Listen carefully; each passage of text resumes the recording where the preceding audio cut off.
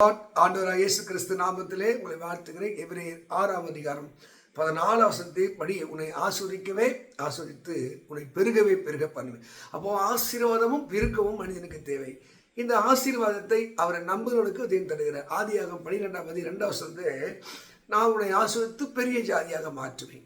அப்போ ஆசீர்வதித்து ஒரு பெரிய ஜாதியாக மாற வேண்டும் என்றால் அந்த மனிதன் ஏதோ ஒரு விஷயத்துல அந்த இறைவனுடைய அந்த அன்புக்கு அவன் பாத்திரனாய் மாறி. நிறைய பேர் தேவனிடத்திலிருந்து ஆசீர்வாதம் எதிர்பார்க்கிறார், ஆனால் அவர் விரும்புகிறபடி அவர்கள் மாறுவதில்லை. ஆபிரகாமுக்கு விதித்த நிபந்தனை என்ன? உன் இனத்தை விட்டு, தேசத்தை விட்டு, தகப்பனை விட்டு, வீட்டை விட்டு நான் காண்பிக்கிற தேசத்துக்கு போ, உன்னை ஒரு பெரிய ஜாதியாக மாற்றுவேன். இந்த பூமியில வாழ்கிற எல்லா மனிதனுக்கும் தேவனுடைய சித்தம் ஒன்று இருக்கிறது. உங்களை குறித்து ஒரு சித்தம் இருக்கிறது.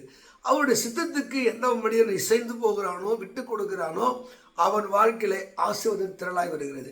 இந்த ஆசீர்வாதத்தை பெறுவதற்கு இந்த மனிதன் தேவனை விடாப்பிடியாக பற்றி கொண்டான். நீங்க ரோமர் 4ஆம் அதிகாரம் 18 படிக்கும் போது, அவன் விசுவாசத்திலே பலவீனமாக இருக்கவில்லை. அதில் 17ஆம் வசனம் இப்படி சொல்லுது பாருங்க, தேவன் மேலே இருக்கிற அந்த அன்பு பற்றுதல் அவன் சொல்லுகிறான். அவர் இல்லாதவைகளை இருக்கிற போல அழைக்கிற தேவன். இதெல்லாம் நம்ம வாழ்க்கையில் இருக்கணுங்க. அவர் யாருங்க? என்கிட்ட ஒன்றுமே இல்லை, என்கிட்ட வீடு இல்லை, சொத்து இல்லை, சுகம் இல்லை, கணவன் இல்லை, மனைவி இல்லை, ஆனால் நான் நம்புகிறவர் எல்லாவற்றையும் தருவார் என்ற அந்த நம்பிக்கை யார் இருக்கிறதோ அவங்க வாழ்க்கையில் அவர் சொல்கிற வார்த்தை, நான் உன்னை ஆசீர்வதிக்கவே ஆசீர்வதித்து உன்னை பெருகவே பெருக. அப்போ உங்கள் வாழ்க்கையில் என் வாழ்க்கையில் ஆசீர்வாதம் இருக்க வேண்டும் என்றால் அந்த தேவன் மேலே நமக்கு ஒரு விசுவாச நம்பிக்கை இருக்க வேண்டும். அந்த தேவன் மேலே அந்த விசுவாச நம்பிக்கை தான் அவர் சொல்கிற, இந்த பையன், இந்த பொண்ணு, இந்த ஆள் என் மேலே ஆழமான நம்பிக்கை வைத்திருக்கு, நான் அவர்களை ஆசீர்வதிக்கவே ஆசீர்வதித்து பெருகவே பெருக. அதுதான் ஆதியாகமம் 15:6, ஆபிரகாம் விசுவாசித்தான், அது அவனுக்கு நீதியாக. என்ன நீங்கள் நம்பி பாருங்க, அதுதான் உங்க நீதி. எதனால அந்த நன்மை கிடைச்சது? அவன் கடல் மேல நம்பிக்கை. எதுக்காக இந்த அற்புதம் நடந்தது? அவன் ஆண்டவர் விடாப்படியாக பற்றி கொண்டார்கள், அது நீதியாக எண்ணப்படும். அதே அது ஆபிரகாமின் மகனாகிய ஈசாக்கு கூட அவன் வாழ்க்கையில் ஒரு ஆசீர்வாதத்தை பெறுது. என்ன காரணம்? ஈசாக்கு விதைத்தான். ஆதியாக 26:12 அது 100 மடங்கு அது வளர்ந்தது, பெருகினது. காரணம், ஒரு பஞ்சகாலம், முடியாத காலம். நம்ம வாழ்க்கையில் முடியாது, நடக்காது, சாத்தியமில்லாத சூழ்நிலையிலும் அதிசயத்தை செய்யக்கூடிய சக்தி எப்போ தேவன் மனிதன் தருகிறார் என்றால், இறைவனுடைய சொல்லுக்கு எந்த மனிதன் கீழ்ப்படுகிறான்.